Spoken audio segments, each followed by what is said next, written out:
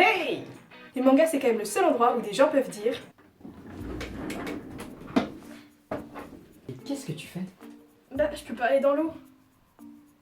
Pourquoi? Tu sais pas nager? Bah non, j'ai mangé un fruit. Et alors?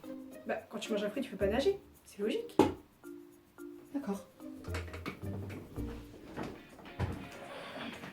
Mais il y a tout le temps des situations improbables. Les scénarios sont parfois complètement tirés par les cheveux et il y a trop de coïncidences, comme si tout, absolument tout, était lié aux personnages principaux. Je pense bien sûr à Fairy Tail où tous leurs adversaires connaissent au moins un personnage de la bande avant le combat. Même Zeref, le boss final, c'est le grand frère de Natsu. Mashima, c'est vraiment plus qu'on inventé. En même temps, il comptait faire que 10 tomes, mais il y en a maintenant une cinquantaine. Les séries un peu trop longues partent souvent un peu n'importe comment en fait. Et parfois les fins sont un peu bâclées pour terminer pile sur l'anniversaire du début de parution. Je pense bien sûr à Naruto et Bleach terminés après 15 ans de parution. Ça fait un peu mal d'avoir acheté plus de 70 tomes pour finalement pas aboutir à ce qu'on espérait.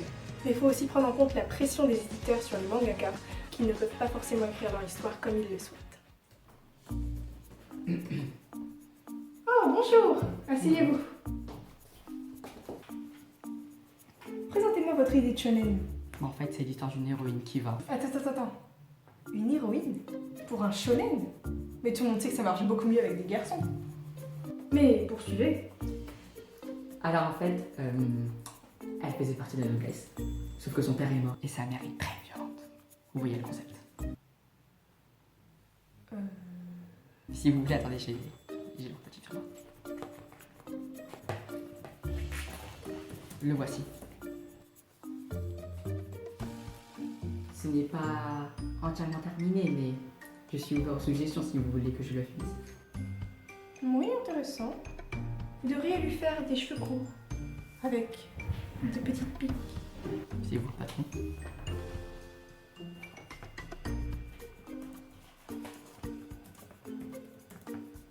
Voilà.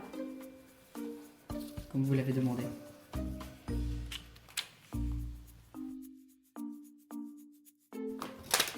Mais attendez, mais mon héroïne est devenue un garçon? Alors bien sûr, un mec personnage principal, c'est ce qu'on retrouve le plus dans des shonen, donc pour adolescents. Mais il y a aussi des shoujo pour petites filles, avec des histoires d'amour plutôt niaises. C'est généralement une fille, personnage principal, pour que la lectrice puisse s'identifier, qui n'a jamais été jalouse de toute sa vie. À 15 ans, elle voit le mec qu'elle aime avec une autre fille, et ça donne... Mais quel est ce sentiment? Pourquoi ma poitrine me brûle? Jalousie, ok?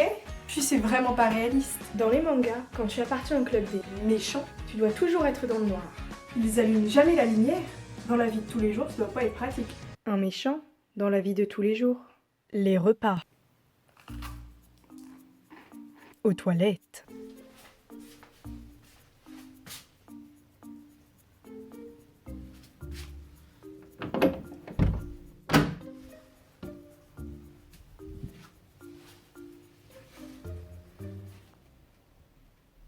Au travail.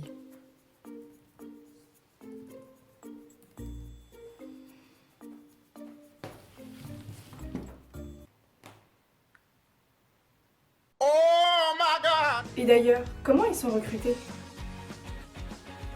Un CV? Attends, non! Bonjour! Qui êtes-vous? Un méchant à la recherche d'un emploi. Pourquoi avez-vous choisi notre organisation?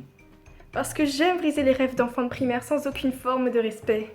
Et pourquoi choisir vous, un autre malade dans la rue? Parce que... j'aime être dans le noir. Vous êtes engagé. Nous sommes des méchants. J'aimerais quand même savoir ce qui s'est passé dans la tête de certains mangaka pour inventer des histoires pareilles. Prends Shugokiara par exemple. En gros, quand t'es enfant, t'as un œuf dans ton cœur, d'où sort un petit personnage, un Shugokiara, qui va t'aider à réaliser tes rêves, et quand tu grandis, tu le perds. Personne n'est au courant de leur existence, sauf les enfants qui en ont un, et les méchants. Non mais me fais pas croire qu'avec l'avancée de la médecine, ils aient jamais rien trouvé. Tu fais une IRM, une échographie, ce que tu veux. Hello, darkness, my old friend. Mais ils finissent tous en labo. Mais attends, mais c'est quoi le nom de l'héroïne déjà? Amour. Attends, genre amour frites. Oui. Où l'amour est dans le pré. Sans oublier les couteaux suisses. Et bien sûr, dans les mangas, il y a plein de moments improbables. Dans Kuroko no Basket par exemple, je crois qu'ils ont un problème pour compter le temps qui passe.